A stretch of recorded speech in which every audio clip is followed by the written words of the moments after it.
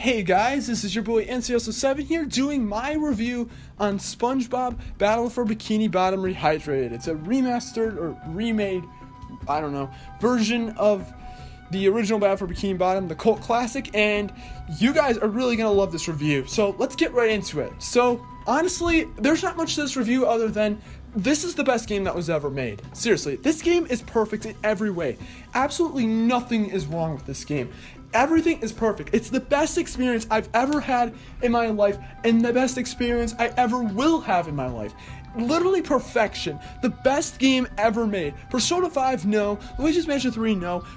Battle for Bikini Bottom Rehydrated is the best game that's ever been made in the history of all time. On my scale of 0 to 10, I give this game a 12 out of 10 because of how innovative, creative, and amazing and perfect this game is.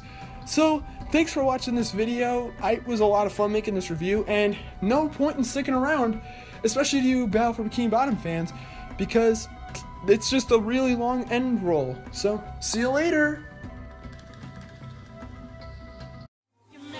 It's showtime! You're still here?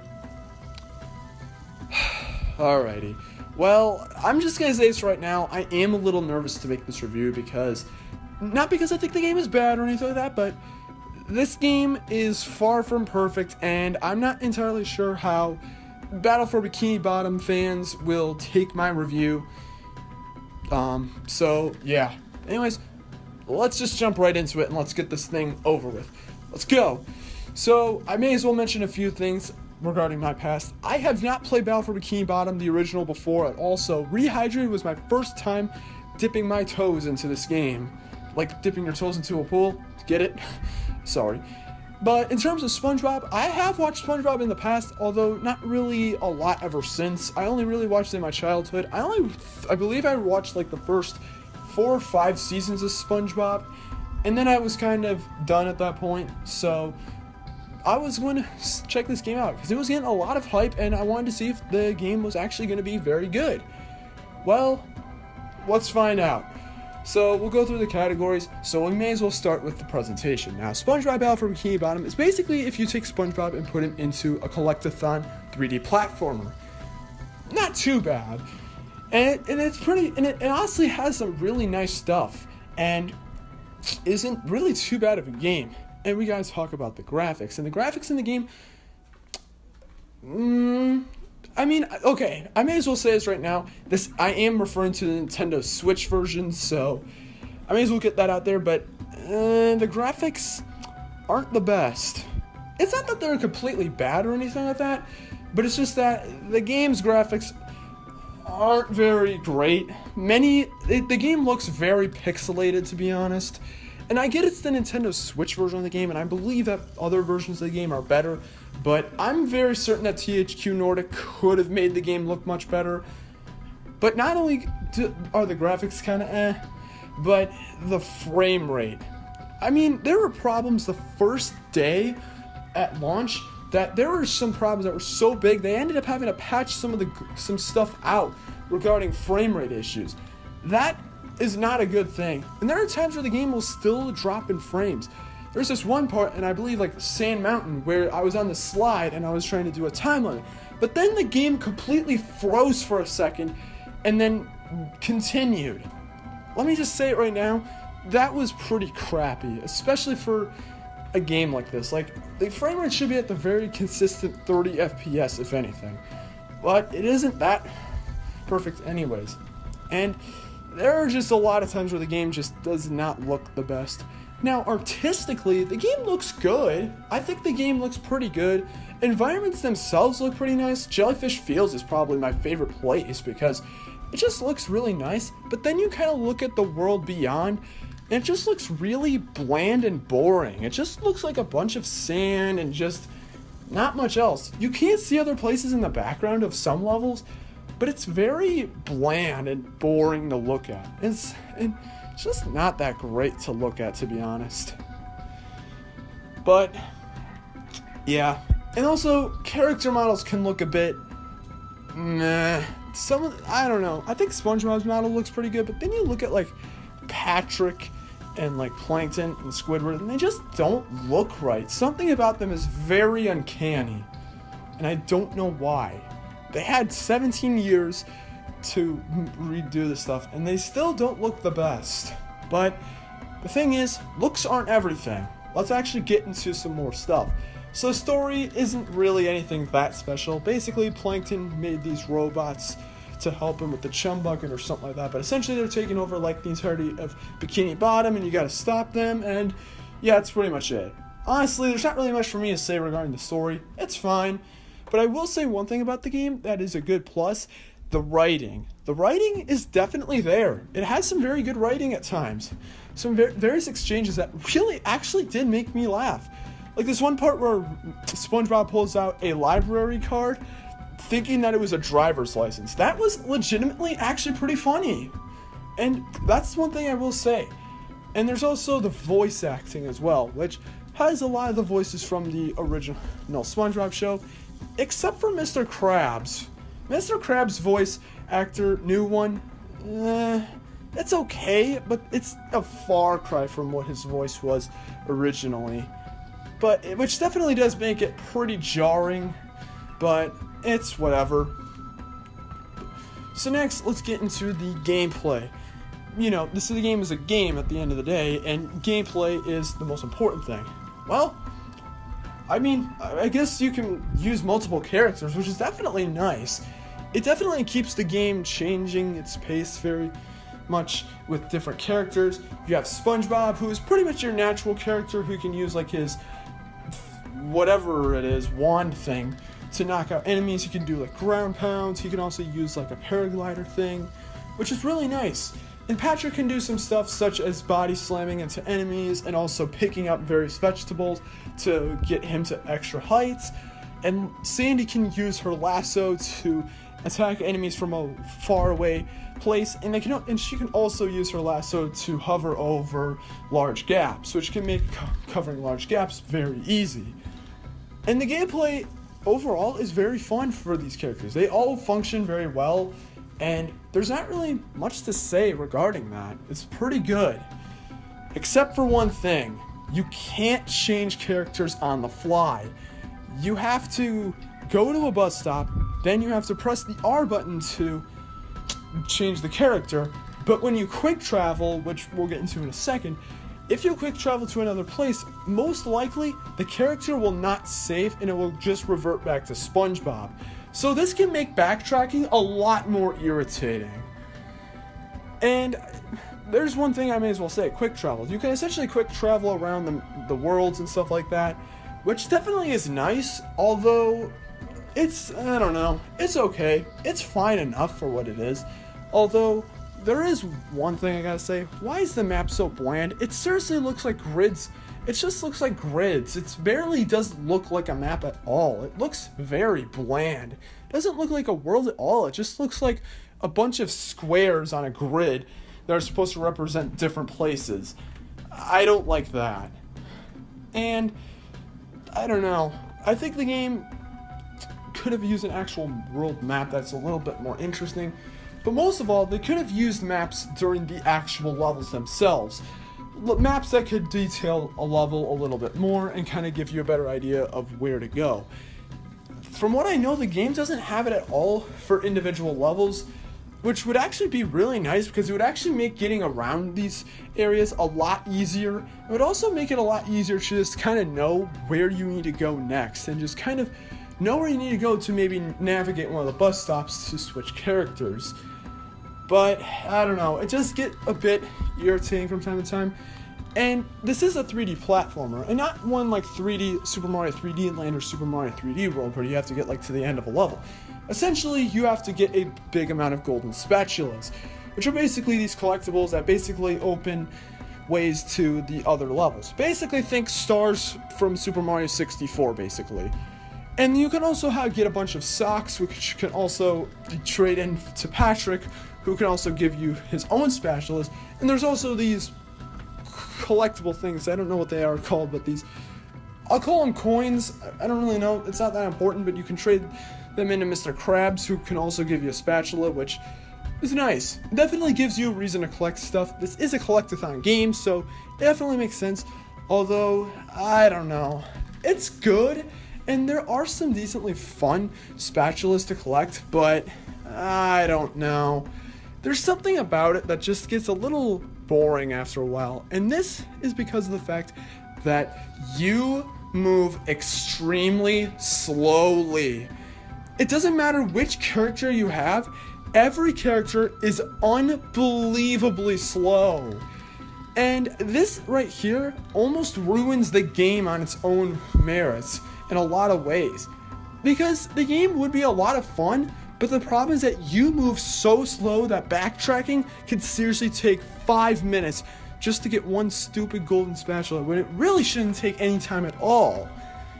I don't know why they move so slowly, and it honestly just makes the game really slow paced and just kind of boring at times, or at its worst, frustrating.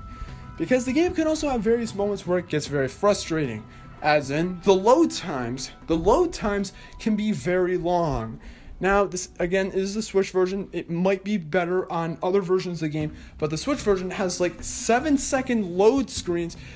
So, let me explain this for you. Essentially, if you die, you have to wait for SpongeBob, you have to wait for the animation of the hand grabbing you, which takes like 1 or 2 seconds.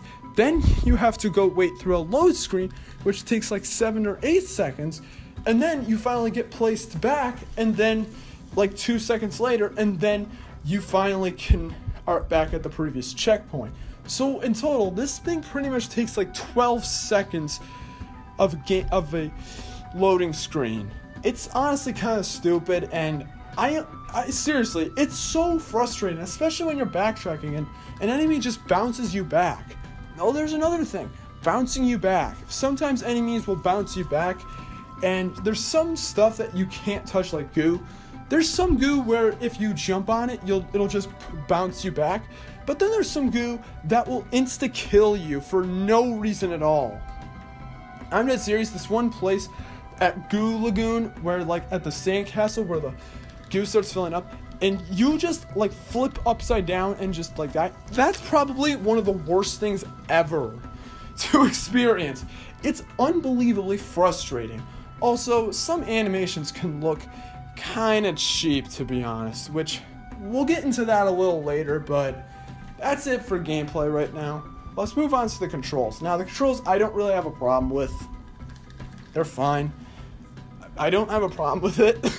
I will say, though, having the A button to jump and the Y button for attacking is kind of stupid, especially since I've heard that the PS4 version actually uses X to jump and square to attack, which is dumb. Why isn't the Switch version the same? Basically, you're going to have to remap the buttons for your actual Switch controller, which is really not something that should be the case. But really, that's very small complaint. Controls are responsive, though. And now let's get into the content of the game. And the content of the game is pretty good. The game is $30, so you definitely get what you pay for. Essentially, you have a bunch, like, I believe like 12 or 15 levels, something like that. And that's pretty much that. They also included a brand new multiplayer mode, which is kind of like a zombies mode where you have to survive through a number of hordes. I haven't actually played it. I haven't really played it. I have seen some stuff, and it's one thing, but I don't really know. It's okay. It's fine for what it is. It's okay. And I believe there was some content added from the original Battle for Bikini Bottom that was cut but was brought back, which is nice. But again, I wouldn't know that because I haven't played the original, so there's that. So, yeah. The music in the game isn't too bad. It's really generic. There's not really much music in the game that honestly I like much. It's just very standard music. Not really much to say. It's passable. That's really all it is. Passable. And now we get into the final thoughts. Now, I know I've been a bit split on this review, and that's because I am. This game has a lot of good elements, but there are a lot of things that hold it back. And I just don't know. The game just doesn't look very good at times. The frame rate can be pretty bad. And the gameplay just sometimes isn't the best. It can just be annoying. It can be boring. It can be slow. It can be frustrating. And it could just be annoying to deal with. And heck, day one, there were actually glitches where people were able to beat the game in minutes. In minutes because of a glitch. Seriously, that's not normal. And even after that glitch was patched out, people were still able to beat it in an hour because of glitches. That is not good for any game whatsoever. No game should have glitches like that. Like, I'm dead serious. So, I'm gonna just say this. I think the game is mediocre. Now, before you grab your pitchforks, let me say this. I think the game had a good chance. And I don't even think it's a bad game. But I don't think it's a great game either. It's just an okay one. It's just one that exists. Although I wouldn't even say that there's much special about it. I mean, I don't know. It just feels sort of there. I mean, yeah, it's $30. You get what you pay for, but that's another thing. I feel like the game is kind of cheap in a few ways. I feel like this game, if they were going to remake Battle for Bikini Bottom, they should have went all the way, making everything as great as they could to make it a big step from the original. That's what a remake is supposed to do. They're supposed to fix all of the problems with the original and make it look a lot better and add more stuff to it. And while they did sort of do it, I honestly don't know. Now again, I haven't played the original Battle for Bikini Bottom, but the gameplay does feel pretty dated if you ask me. And even looking at some gameplay videos of the original Battle for Bikini Bottom, it doesn't even look very different from what you actually have in the Rehydrated version. But, and that's the thing. I wish they went further with this. And I know that SpongeBob isn't really the biggest thing ever, but shouldn't a remake actually try to make the game as great as it can? It should try and improve on everything that the original did? I don't know. That's what I certainly think, and I think that THQ could have done a little bit more with the game. Now, I would not necessarily say that they did this on purpose. I do think that this game was rushed. I have my suspicions that this game was rushed. It just feels like it to me. And it's like, and it's, again, it's not a bad game, but I feel like it was a rushed game, to be honest. It felt like they cut a lot of corners, such as making the animations not the best, having the performance issues be the way they are, and stuff like that. I think the game was just rushed. That's what I think it was. I think if they had a little bit more time, I think the game could have been better.